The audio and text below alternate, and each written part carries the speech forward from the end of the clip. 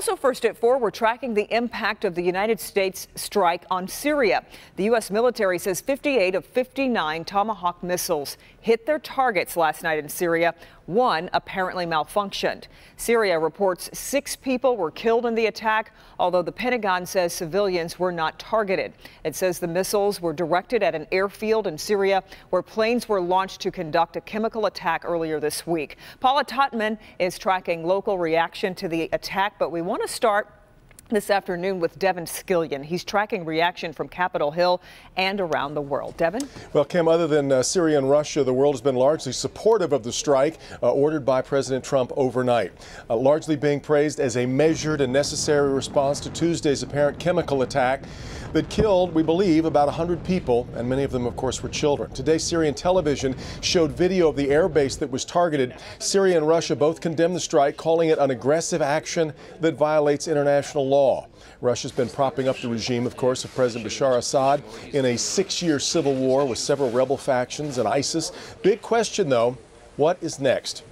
Democrats want to know President Trump's next step, while Republican Marco Rubio says the attack sends the message to Syria and to Russia.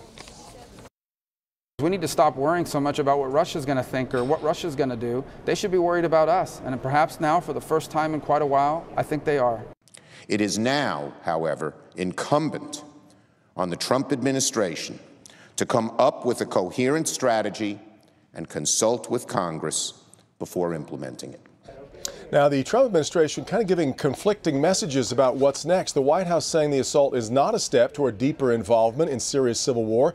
But the U.S. ambassador to the United Nations, Nikki Haley, says, and this is the quote, "We are prepared to do more, but we hope that will not be necessary." So a lot of angles to cover this story. More coming up from Florida, in fact, at 5, which is where President Trump is meeting with the president of China, Xi Jinping. Kim, back to you. Okay, we'll talk to you again at 5 o'clock, Devin. We appreciate it very much. Now let's go to Paula Tutman. She's been talking with a well-known physician who's watching these events unfold with a lot of emotion, really, Paula. Yeah, a great deal of emotion. We're talking about somebody who has spent his life helping people, and then to look back and see what's happening to his own homeland is very, very disturbing. What we are finding, however, feelings are definitely mixed with what people are seeing and what they feel like the United States should be doing.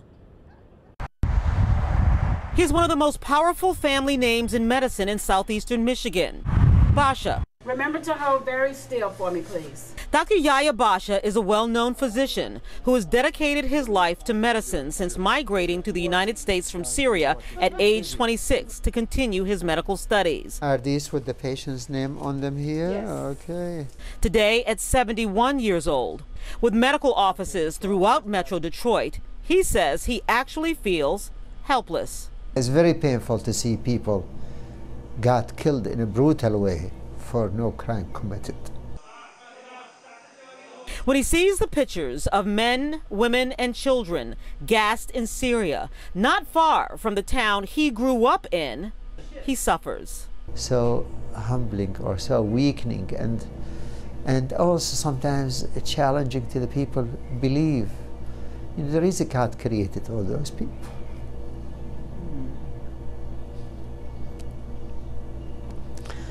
Well, why doesn't he protect them?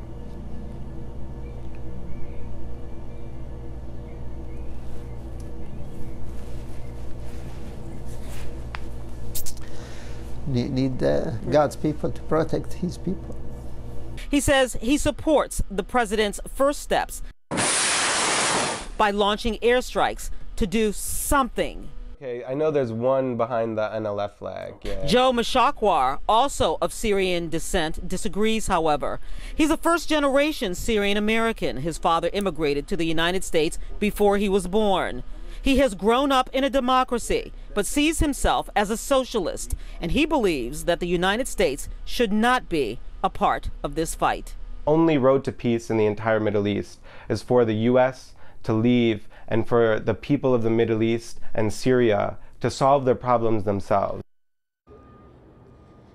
You know, I think a lot of people will have different opinions of what the United States should be doing in this case, but I also think most reasonable people looking at those pictures of those people gassed will have pretty much the same conclusion, and that it is horrific Kimberly? Yeah, it really is hard, difficult to look at those pictures indeed.